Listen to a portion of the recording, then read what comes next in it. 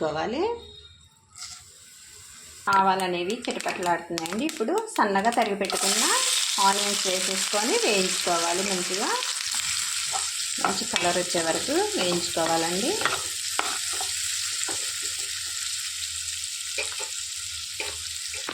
ఇందులోనికి 4 పచ్చిమిరపకాయలు కట్ చేసి వేసుకోవాలి.